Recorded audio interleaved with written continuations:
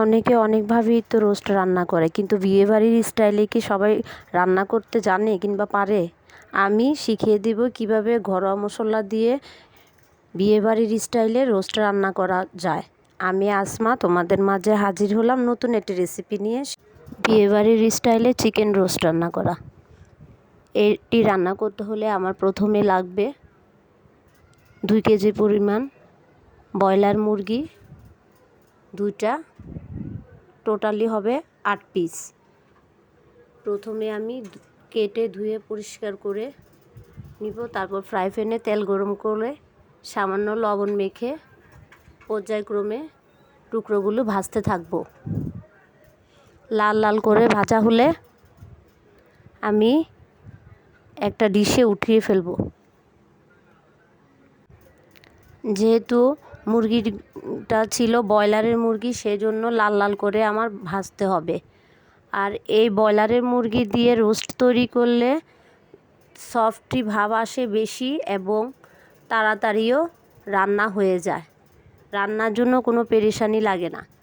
তোমরা চাইলে অন্য মুরগি দিয়েও করতে পারো, লেয়ার মুরগি দিয়েও করা যায়, নাহলে কক মুরগি দিয়েও করা যায়। তবে কক মুরগি দিয়ে করার সময় এটার ভাজার প্রয়োজন পড়ে না, যেহেতু মুরগিটাই কিছুটা শক্ত শক্ত থাকে, সেজন্য নর্মালি মশলার মধ্যে দিলে ভাজার মতো হয়ে যায়। কিন্তু যখন আমি ব্রয়লার দিয়ে করব তখন একটু লাল লাল করে ভাজতে হবে, যাতে রান্না করার সময় মুরগিটা খুলে না যায়, সুন্দরভাবে পারফেক্টভাবে সব দিক দিয়ে রান্না হয়। এখন আমি পরিমাণ মতো পেঁয়াজ দিয়ে দিব। এখানে আমি পেঁয়াজ দিলাম 2 কাপ পরিমাণ। এই রান্নাতে পেঁয়াজের পরিমাণ একটু বেশি লাগে।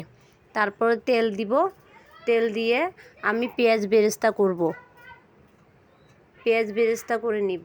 পেঁয়াজ বেরেস্তা করার সময় খেয়াল রাখতে হবে লো হিটে আস্তে আস্তে পেঁয়াজগুলোকে ব্রাউন কালার করতে হবে, না হলে পুড়ে যাবে এবং তিতা লাগবে এবং রান্নার স্বাদও তিতকুটে একটা ভাব চলে আসবে।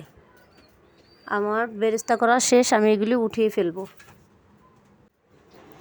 এখন আমি অন্য একটি ফ্রাই প্যানের মধ্যে 1 কাপ পরিমাণ পেঁয়াজ, কাঁচামরিচ এবং সামান্য তেল দিয়ে আদা রসুন বাটা, আদা 2 চামচ, রসুন 3 চামচ দিব। এটাতে রান্না করার সময় রসুনের পরিমাণটা একটু বেশি লাগে। সাথে দিয়ে দিব আমি পোস্ত দানা বাটা, বাদাম বাটা, বাদাম 2-3 পদের, যেমন পেস্তা বাদাম, নর্মাল বাদাম এবং কাজু বাদাম। তারপরে শাহি জিরা সাথে দিয়ে দিব এবং দিয়ে দিব গরম মশলা সামান্য, দিয়ে ভালোভাবে কষাতে হবে। মশলাটা ভালোভাবে কষানো হলে আমি পানি অ্যাড করব।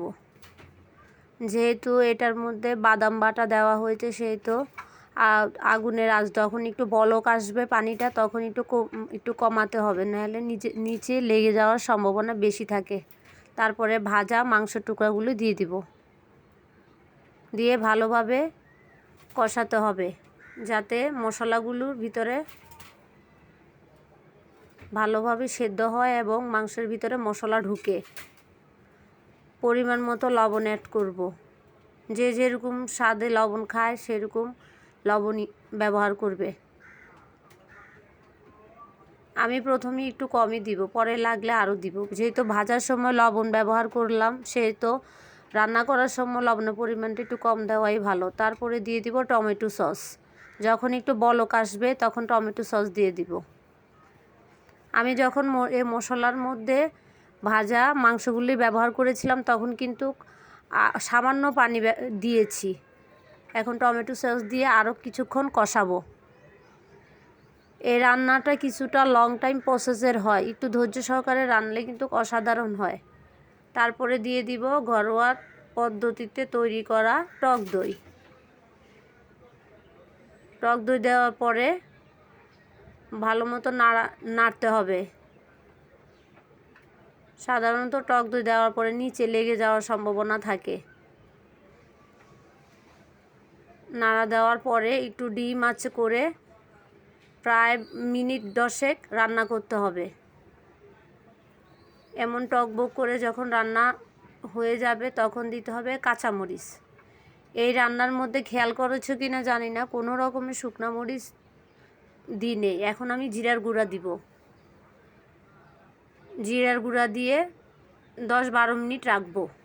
রেখে আমি ভেজে রাখা পেঁয়াজ বেরেস্তাগুলি উপর দিয়ে দিব। সাথে পেঁয়াজ বেরেস্তার সাথে একটু চিনি অ্যাড করে দিব। তাহলে রোস্টের স্বাদটা অনেকাংশ বেড়ে যায়। পেঁয়াজ বেরেস্তা অ্যাড করার পরে আমি 5 মিনিট ডিম আঁচে দমে রেখে দিব।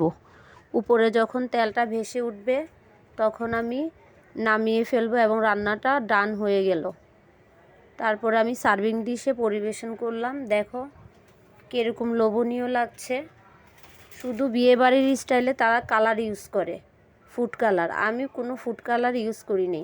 ঘরে যা ছিল সেই মশলা দিয়ে ঘরোয়াভাবেই সুন্দর বিয়েবাড়ির স্টাইলে রান্না করলাম। খেতে কিন্তু স্বাদ একই রকম ছিল, ডিফারেন্স শুধু একটু কালারে। এভাবে তোমরা বাসায়ও ট্রাই করবে, দেখবে অসাধারণ হয়েছে। খেতেও কিন্তু অতুলনীয়। তোমরাও বাসায় ট্রাই করবে। লাইক, শেয়ার, সাবস্ক্রাইব করে আমার সাথে থাকবে। আল্লাহ হাফেজ।